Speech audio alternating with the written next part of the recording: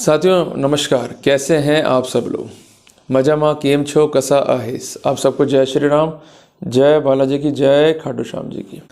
साथियों आज एक महत्वपूर्ण जजमेंट में डिस्कस कर रहा हूं ऑनरेबल सुप्रीम कोर्ट के जजमेंट की लाइट में।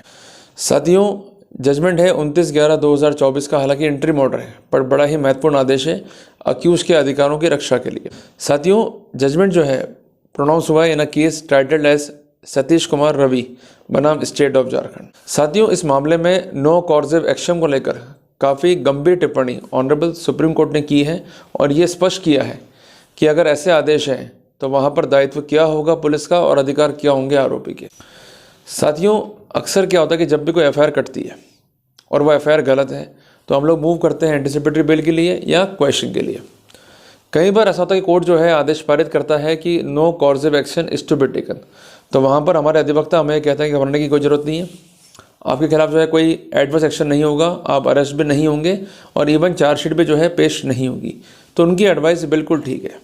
पर ऐसा देखा गया स्टेट ऑफ झारखंड के अंदर कि ऐसे आदेश के बावजूद भी कंसर्न जो एडीजी है उसके सबऑर्डिनेट हैं वो उतारू हैं चार्जशीट पेश करने में, क्योंकि उनके पास प्रीवियसली एक ऑर्डर है कंसर्न एडीजी का जो ये कहता है कि despite of having the court order कि no coercive action is to be taken, इसके बावजूद भी हम चार्जशीट जो है पेश कर सकते हैं। There is no prohibition in filing of chargesheet.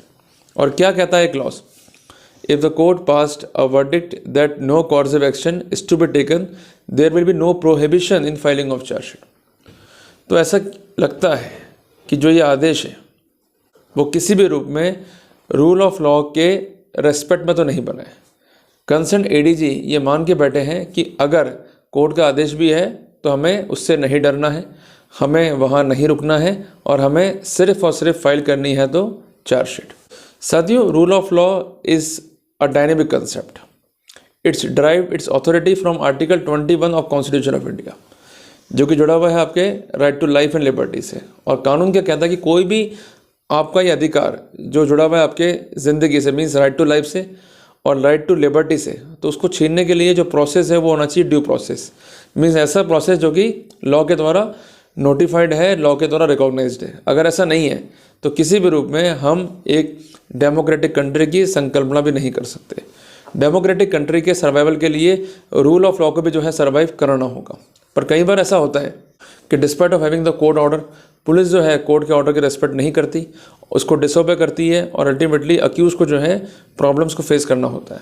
साथियों ये आरोपी सुप्रीम कोर्ट तक गया, इसने सारी बात को रखा, कोर्ट से आदेश लिया और उसके बावजूद भी इसको कॉन्सिक्वेंसेस फेस करने पड़ गए इस ग्राउंड पे कि नहीं भाई हम तो चार्जशीट पेश करेंगे and there is no prohibition और ultimately be ready and come to the court of law.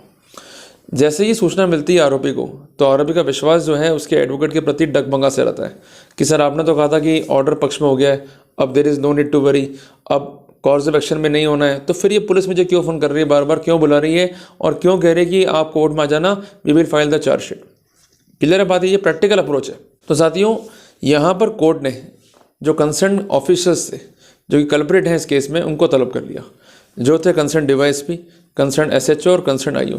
देखो कोर्ट के बाहर तो में बहुत जॉम होता है, इनकी बैटरी होती है फुली चार्ज, पर जब कोर्ट तलब करता ना तो इनकी सांसें फूल जाती है, फिर ये खड़े हो जाएंगे बिल्कुल हाथ सीधे करके और जी सर जी श्रीमान करते रहेंगे।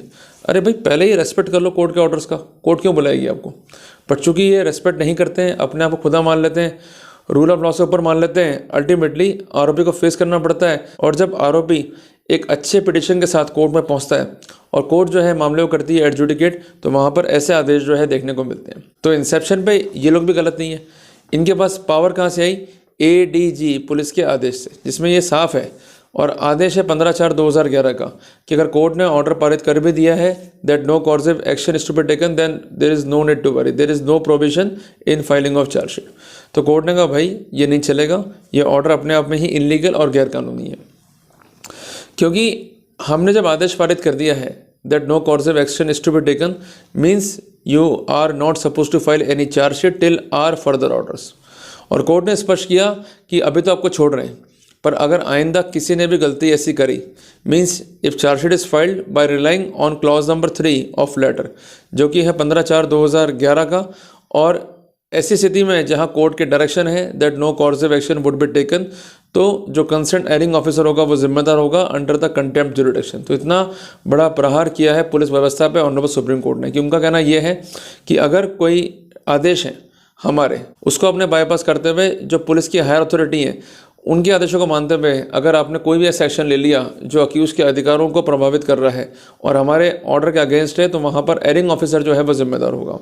तो कोर्ट ने कहा कि 15/4/2011 का ऑर्डर जो है वो इनलीगल है और डायरेक्शन दी है कंसर्न प्रोसिक्यूटर को कि आप इन्फॉर्म कीजिए एडीजी पुलिस को कि जो ये कंसर्न लेटर है इसको ये मॉडिफाइड करे और ये स्पेसिफिक कर दे कि अगर हमारा कोई आदेश है कि no coercive action is to be taken in that scenario he is not supposed to direct any subordinate, कि वो लोग जो है चार्जशीट जो है पेश करें and there is no prohibition in filing of chargesheet.